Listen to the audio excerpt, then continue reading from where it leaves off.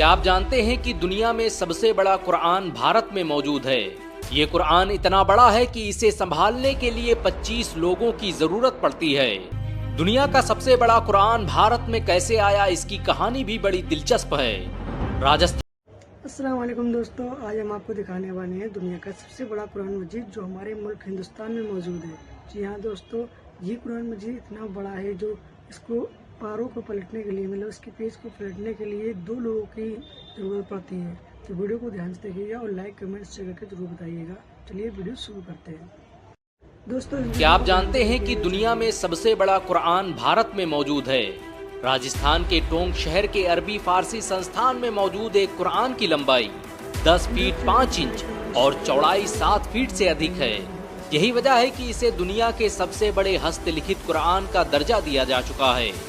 ये कुरान इतना बड़ा है कि इसे संभालने के लिए 25 लोगों की जरूरत पड़ती है।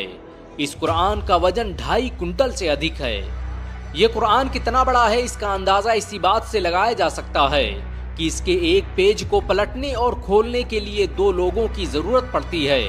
इसे खोलने और बंद करने के लिए पीतल के कब्जों का इस्तेमाल किया गया है।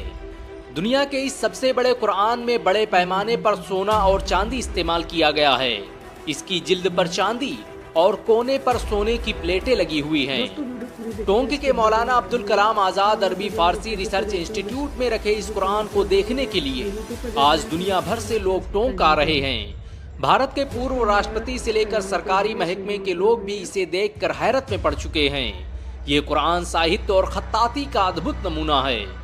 30 पेज पर आधारित इस कुरान के हर एक पेज में एक पारा लिखा गया है और हर पन्ने में 41 लाइन हैं और हर लाइन अलिफ से शुरू होती है।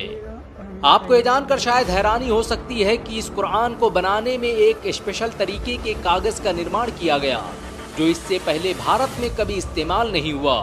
कहा जाता है कि इस पेपर की उम्र 400 साल से अधिक है और अगर इसका ख्याल रखा जाए तो ये 1000 साल तक ऐसे ही बरकरार रह सकता है। दुनिया का सबसे बड़ा कुरान भारत में कैसे आया, इसकी कहानी भी बड़ी दिलचस्प है। राजस्थान के चित्तौड़गढ़ के मशहूर बिजनेसमैन हाजी शेर खान को ख्याल आया कि क्यों न भारत में एक ऐसी कुरान तैयार करवाई जाए जो अपने निर्माण शैली और फन खत्ताती में सबसे नायाब और मुनफरिद हो। इसके लिए उन्होंने टोंक के ही गुलाम अहमद को इसकी जिम्मेदारी सौंपी। गुलाम अहमद अपनी लेखन कला और कैलीग्राफी के लिए पहले से ही मशहूर थे। इस कुरान को तैयार करने के लिए जर्मनी से स्याही मंगाई गई और फिर इसे लिखने और सजाने का सिलसिला शुरू हुआ। गुलाम अहमद ने अपने भाइयों, चाचा और खानदान के दीगर अफराद के साथ मिलकर एक ऐसी कुरान तरतीब दी जो आज पूरी दुनिया के लिए कौतूहल का विषय बन चुकी है। इस कुरान को लिखने के लिए 200 कलाकारों ने लगातार कई सालों तक काम किया और इसमें से अक्सर लोग टोंक के मौलाना जमील के खानदान से ताल्लुक रखते हैं। टोंक शहर हमेशा से ही इस्लामी तहजीब और शकाफत का मरकज रहा है। इस शहर में मुसलमानों का इतिहास हजारों साल पुराना है।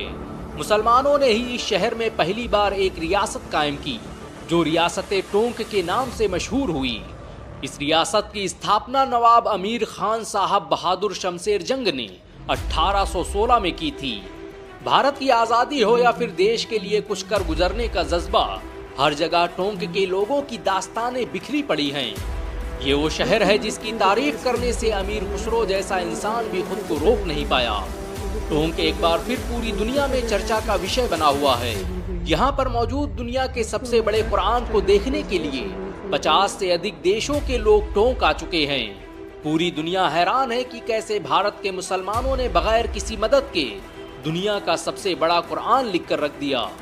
कुरान टोंक क्या पूरी दुनिया के मुसलमानों के लिए सिर्फ एक किताब नहीं बल्कि जिंदगी गुजारने का जरिया है। मुसलमान इसकी हिफाजत के लिए अपना सब कुछ कुर्बान कर सकते हैं। अगर एक मुसलमान होने के नाते आपको गर्व महसूस हुआ हो तो इस वीडियो को लाइक और शेयर जरूर करें। ऐसी और वीडियो को देखने के लिए हमारे चैनल को सब्सक्राइब करें, बेल आइकन जरूर दबाएं।